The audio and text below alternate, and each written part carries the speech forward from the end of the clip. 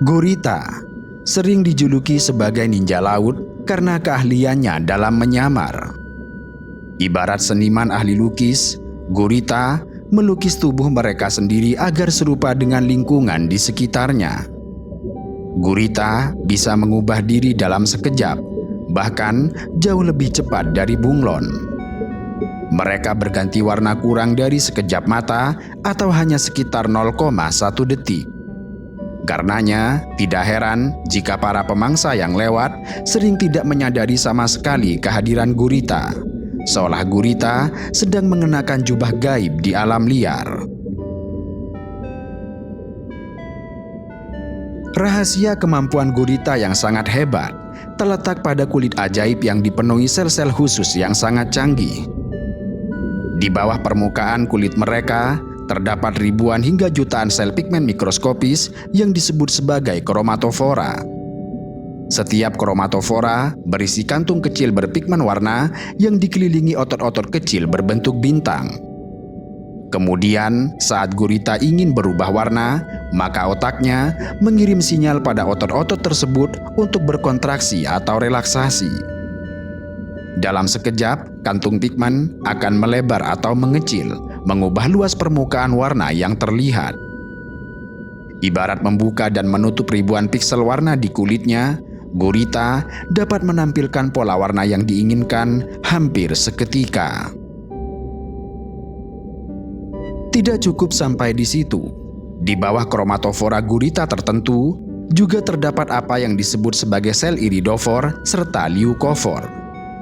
Iridofor memantulkan cahaya seperti cermin serta menghasilkan warna-warni metalik yang berkilau. Sementara leukofor bertindak seperti panel pemantul berpigmen putih dan membantu mengatur kecerahan serta kontras warna. Tiga jenis alat ini, yaitu kromatofora, iridofor, dan leukofor, semuanya dikendalikan langsung oleh sistem saraf. Dan dengan orkestrasi saraf yang brilian, gurita dapat mengatur campuran warna, pola, serta intensitas sesuai latar belakangnya. Lalu hasilnya adalah ilusi optik yang sempurna, di mana gurita lenyap melebur dengan pasir, karang, atau alga di sekitarnya. Bukan hanya warna, gurita juga memiliki tekstur kulit yang bisa berubah. Artinya, kulit gurita dilengkapi dengan tonjolan-tonjolan kecil yang fleksibel yang disebut sebagai papila. Dengan papila ini, kulit bisa menjadi halus licin seperti daun lamun, kemudian detik berikutnya menjadi bergelombang penuh tonjolan kasar layaknya permukaan karang. Kemampuan mengubah tekstur ini membuat kamuflase gurita semakin sempurna, karena mereka tidak hanya berwarna seperti lingkungannya, tetapi juga berbentuk seperti lingkungan. Bagaikan monster bunglon super, gurita bisa meniru permukaan apapun dalam waktu yang sangat singkat. Keahlian gurita dalam berganti rupa sangatlah luar biasa. Kecepatan serta akurasi perubahannya menempatkan gurita di liga elit dunia hewan. Perubahan warna gurita dapat terjadi di bawah 100 milidetik saja. Sebagai perbandingan, bunglon yang terkenal itu perlu waktu beberapa detik hingga menit untuk berganti warna. Sementara gurita hanya butuh waktu jauh di bawah itu. Dan hal ini dimungkinkan karena otak gurita terhubung erat langsung ke kulitnya. Jaringan saraf mereka tidak terpusat di kepala saja. 2/3 neuronnya berada di sepanjang tubuh dan lengan-lengannya. Ada simpul-simpul otak hingga ke jaring kulit yang kemudian membuat sinyal ubah warna dapat dikirim dengan cepat dan serentak ke seluruh tubuh. Ibarat lampu panggung yang diatur pusat kontrol, kulit gurita bisa berkedip dan berganti pola seketika sesuai perintah saraf.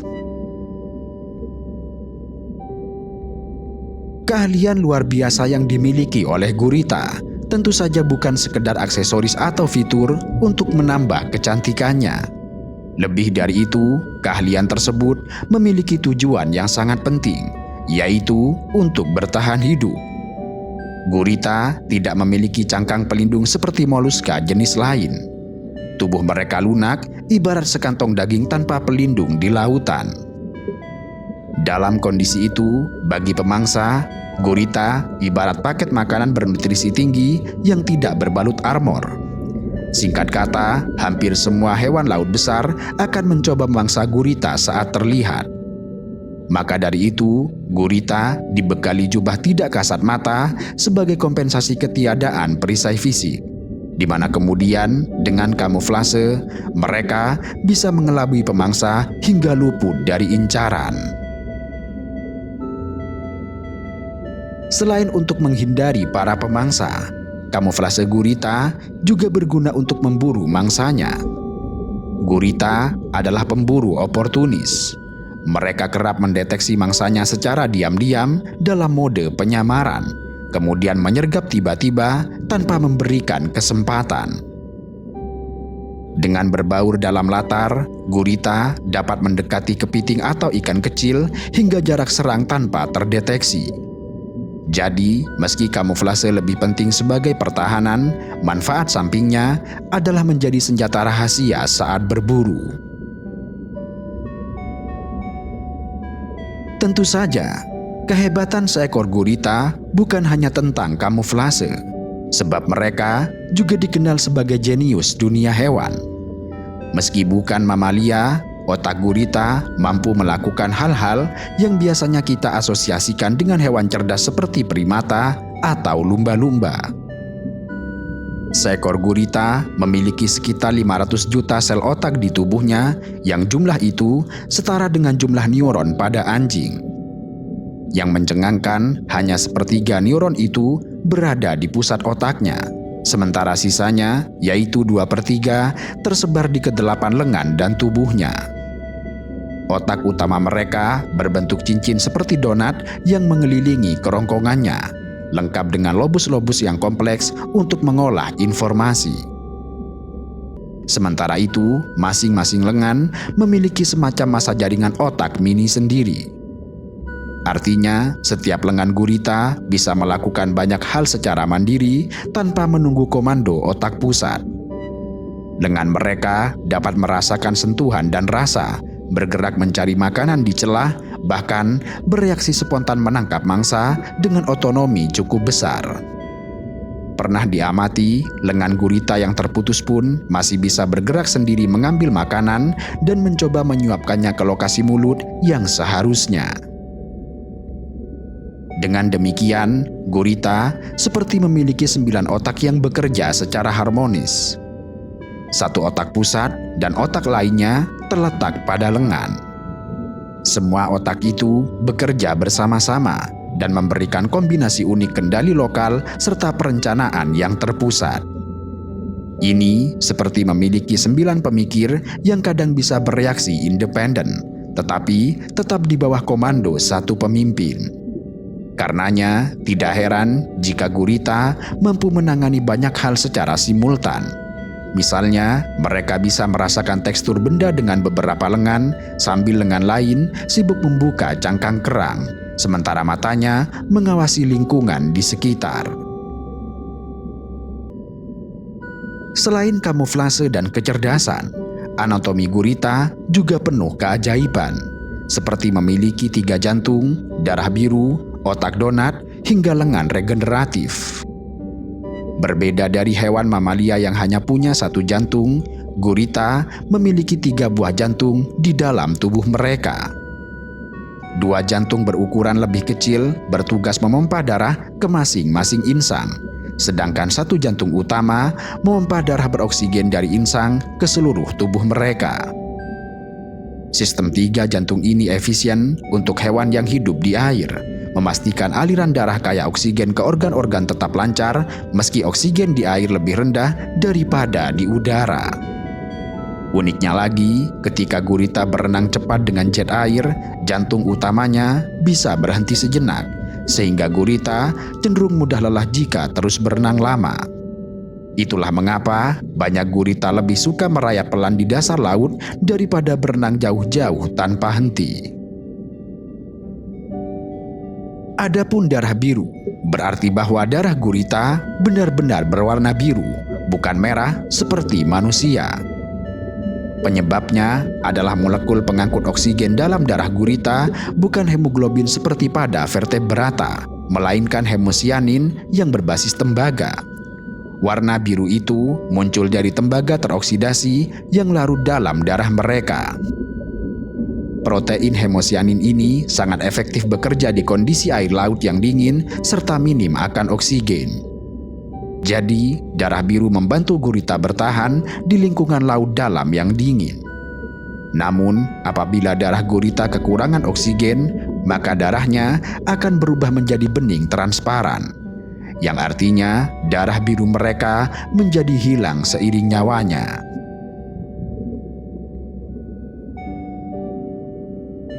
Selanjutnya adalah otak berbentuk donat. Otak utama gurita melingkari esofagus atau kerongkongan yang menghubungkan mulut ke perutnya. Otak itu seperti cincin atau donat dengan lubang di tengahnya yang menjadi tempat lewatnya makanan. Implikasinya, gurita harus mengunyah makanannya baik-baik. Mereka memiliki mulut dengan paruh keras seperti burung beo yang digunakan untuk menggigit mangsa. Setelah dicabik paruh, daging mangsa dilumatkan oleh radula atau lidah bergerigi sebelum ditelan. Potongan makanan harus cukup kecil agar tidak melukai otak saat melewati lubang donat tadi. Dengan demikian, jangan mengira bahwa gurita bisa menelan mangsa besar bulat-bulat, sebab hal itu bisa membuat mereka sakit kepala. Bagian paling terkenal dari anatomi gurita adalah 8 lengannya yang super fleksibel. Lengan gurita tidak bertulang, hanya terdiri dari otot-otot melingkar dan memanjang yang bekerja mirip lidah atau belalai gajah. Karena tidak memiliki tulang, maka gurita bisa mengecilkan, memanjangkan, melilit, atau memipihkan lengannya sesuka hati. Mereka bahkan dapat memutar lengannya 360 derajat tanpa cedera. Ujung-ujung lengan itu dilengkapi ratusan alat pengisap. Pada gurita besar, tiap pengisap bisa berdiameter beberapa sentimeter dan menahan beban beberapa kilogram dengan daya isapnya. Pengisap ini tidak cuma buat menempel.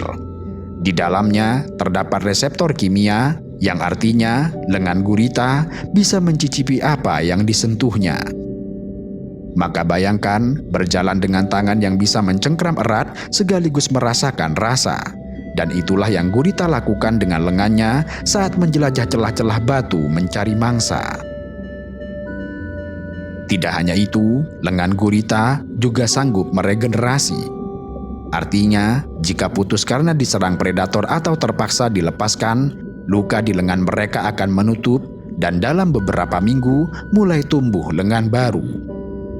Dalam beberapa bulan, lengan yang hilang bisa tumbuh kembali dan nyaris tidak terbedakan dari aslinya, lengkap dengan pengisap serta kemampuan sensoriknya.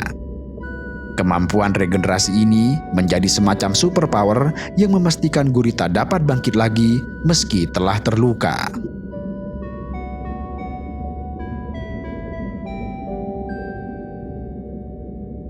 Tetapi, dari semua keahlian dan kecerdasan yang dimiliki oleh gurita, bagian paling menarik dari mereka adalah mengenai kisah cintanya, sebuah drama indah namun seringkali berujung tragis.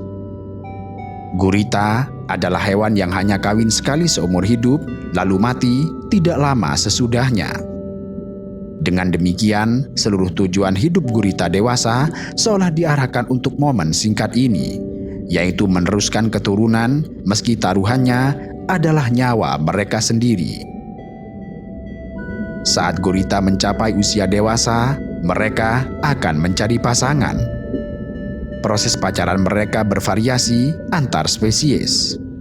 Beberapa spesies melakukan ritual indah, seperti gurita berbintik yang melakukan tarian saling melilit lengan atau berubah warna bergelombang sebagai sinyal ketertarikan.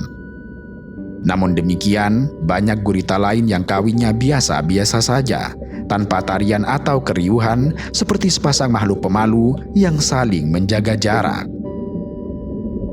Biasanya, si jantan mendekati betina dengan sangat waspada, Sebab terkadang gurita betina bisa menyerang dan memakan jantan jika tidak mood atau merasa terganggu. Ini memang terdengar sebagai kisah cinta yang tidak romantis, tetapi begitulah cinta mereka apa adanya.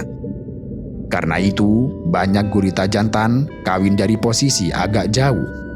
Artinya, mereka menjulurkan salah satu lengan khusus ke tubuh betina sambil menjaga jarak aman. Lengan khusus ini disebut sebagai hectocotylos, lengan modifikasi yang berfungsi layaknya alat kelamin bagi jantan.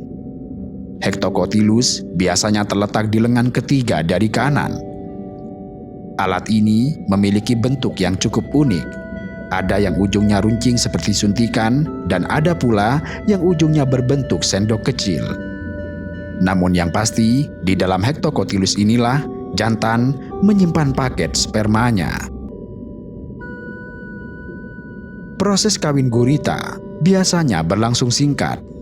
Sang jantan akan menyelipkan hectocotylusnya ke dalam rongga mantel betina, mencari saluran telur betina, lalu menyalurkan spermatofor ke dalam tubuh betina. Beberapa spesies melakukan ini berhadap-hadapan sambil sedikit berpelukan dengan lengan lain, sementara spesies lain melakukannya dari jarak satu lengan. Tragisnya, begitu tugasnya selesai, hidup jantan akan tamat. Gurita jantan umumnya mati beberapa bulan setelah kawin. Mereka bisa mengalami penurunan kondisi drastis, di mana nafsu makan hilang, lesu, dan mengalami demensia gurita, yaitu berenang tanpa tujuan dan menabrak benda-benda. Hal ini disebabkan perubahan hormonal besar setelah mereka kawin. Sementara itu, pada betina, nasib mereka sedikit lebih panjang karena masih ada misi mulia, yaitu menjadi ibu. Betina gurita akan mencari tempat yang aman untuk meletakkan telur-telurnya. Telur mereka berjumlah mulai ribuan hingga ratusan ribu butir. Sebagai contoh, gurita Pasifik raksasa betina bisa bertelur antara 50.000 hingga 100.000 butir dalam rangkaian untayan panjang di langit-langit sarangnya. Telur-telur ini biasanya berbentuk butiran lonjong kecil sebesar butir nasi atau kacang, yang kemudian direkatkan dalam untayan atau gugus. Setelah semua telur dikeluarkan dan dibuahi dengan sperma jantan yang disimpan, maka dimulailah babak paling mengharukan, yaitu perjuangan ibu gurita. Sang induk akan menjaga telur-telurnya dengan dedikasi total. Ia membersihkan telur-telur itu dengan hati-hati, menggunakan ujung lengan untuk mengelus dan mengusap agar telur bebas dari jamur atau parasit.